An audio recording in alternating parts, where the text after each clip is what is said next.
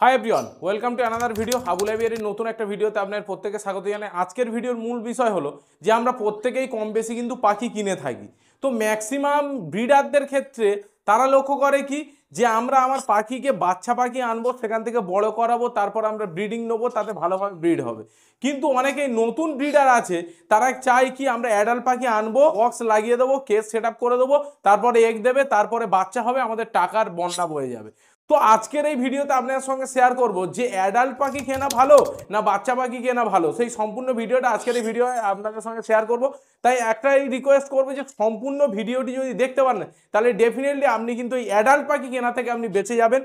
এবং যদি আপনি ভিডিওটি স্কিপ করে দেখেন তাহলে হয়তো হতে পারে যে আপনি এমন পাখি কিনবেন যেখান থেকে আপনার ব্রিডিংই হবে না, আপনি টাকা ইনভেস্ট করবেন, সেখানে কিন্তু আপনি কোনো রেজাল্টই পাবেন না। তো চলুন বেশি দেরি না করে ভিডিওটি শুরু করবো। তার আগে আপনাকে ছোট্ট রিকোয়েস্ট, যদি চ্যানেলে প্রথমবার হয়ে থাকেন তাহলে অবশ্যই চ্যানেলটিকে সাবস্ক্রাইব করে পাশে থাকা বেল নোটিফিকেশন অন করে রাখবেন, কারণ পাখি রিলেটেড এরকম নিত্য নতুন ভিডিও এই চ্যানেলেই আপলোড করা হয়। এবং যারা ফেসবুক থেকে দেখছেন তারা অবশ্যই কিন্তু আমাদের প্রোফাইলটাকে ফলো করতে ভুলবেন না, যাতে এরকম নিত্য নতুন পাখির ভিডিও আপনার প্রোফাইলে চট করে নোটিফিকেশন পৌঁছায়। তো চলুন, ভিডিওদের যে টার্গেটটা অ্যাকচুয়ালি ব্রিডারদের থাকে যে আমাদের ব্রিডিং করাবো, বাচ্চা হবে, সেখান থেকে আমরা বাচ্চাকে বিক্রি করবো, সেখান থেকে 2 পয়সা আমাদের আর্নিং হবে।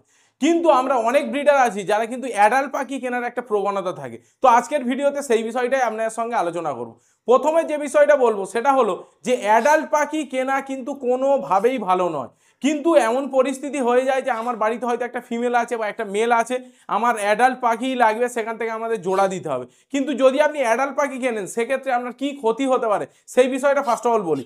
1 নম্বর ক্ষতি হলো যে আপনি যে পাখিটা অ্যাডাল্ট পাখি আনলেন সেই পাখিটা তার সঙ্গে কিন্তু কোনোভাবে যদি ম্যাচ না হয় তাহলে কিন্তু কোনোভাবেই আপনি, 2 নম্বর কারণ হলো যে আপনি যদি অ্যাডাল্ট পাখি কেনেন, যার বাড়ি থেকে এনেছেন তার হচ্ছে ফুড হ্যাবিট আপনার বাড়ির কিন্তু ফুড হ্যাবিটের সঙ্গে না যদি মেলে তাহলে আপনি কোনোভাবেই ব্রিডিং এ। 3 নম্বর হলো আপনি যদি অ্যাডাল্ট পাখি কেনেন তাহলে ওই পাখির অনেক সময় কি হয়, অ্যাডাল্ট পাখি বলে অনেকে আপনার সঙ্গে কিন্তু প্রতারণা করে বসে, তার জন্যই আপনার কিন্তু ব্রিডিং আপনাকে বেশি বলে দিয়ে দেয়, সেক্ষেত্রে আপনার কিন্তু ব্রিডিং হওয়ার সম্ভাবনাই থাকবে না। এই প্রতারণাটা কিন্তু তখনই আপনার প্রতারণা যেটা আপনার সঙ্গে ঘটে বা যে লসটা আপনার হবে সেটা হলো যে আপনার ব্রিডিং যে এরিয়া, আপনি যে এনভায়রনমেন্টে পাখিটাকে রেখেছেন সেই এনভায়রনমেন্টে যদি সেই পাখিটা না থাকে তাহলে কোনোভাবেই মিসম্যাচ হবে না, সেক্ষেত্রে আপনার ব্রিডিং প্রবলেম হলো যে আপনার যে অ্যাডাল্ট পাখিটা কিনেছেন সেটা ওর সঙ্গে ম্যাচিং না হলে তখন কিন্তু একটা ফার্টিলিটি প্রবলেম থাকে। অ্যাডাল্ট পাখি ম্যাক্সিমাম ব্রিডাররা কি করে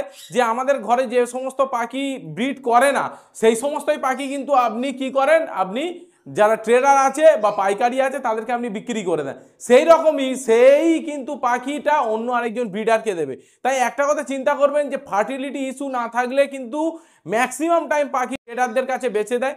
তো এই জিনিসটাই কিন্তু ফার্টিলিটি প্রবলেম কিন্তু আপনার হবে, আপনি যে টাইমটা দিয়ে পাখিটাকে ভাবছেন ব্রিড করাবেন সেটা কিন্তু হবে না। তার জন্য একটা কথা বলবো বন্ধুরা, যে পাখি কেনার সময় চেষ্টা করবেন কম বয়সী পাখি কেনা, সেক্ষেত্রে আপনি কিন্তু রেজাল্ট ভালো পাবেন এবং আপনার ওয়েদারের সঙ্গেও ম্যাচ করবে, আপনাকে সে ভালোভাবে চিনবে, আপনার ফুড হ্যাবিটে সে অভ্যস্ত হবে এবং আপনার যে ব্রিডিং কেজ সেটাতেই সে হ্যাবিচিউড হয়ে সেখান থেকে ভালো ব্রিড করবে। তো যাদের অ্যাডাল্ট পাখি কেনার ইচ্ছা আছে তারা অবশ্যই কমেন্টে জানাবেন, আর যারা বাচ্চা পাখি থেকে অলরেডি বড় করে যারা ব্রিডিং করাচ্ছেন তারাও অবশ্যই কমেন্ট সেকশনে জানাবেন যে কোনটা আপনার জন্য বেস্ট হয়েছে। চলুন আজকের ভিডিওটাকে এখানে শেষ করলাম, ধন্যবাদ।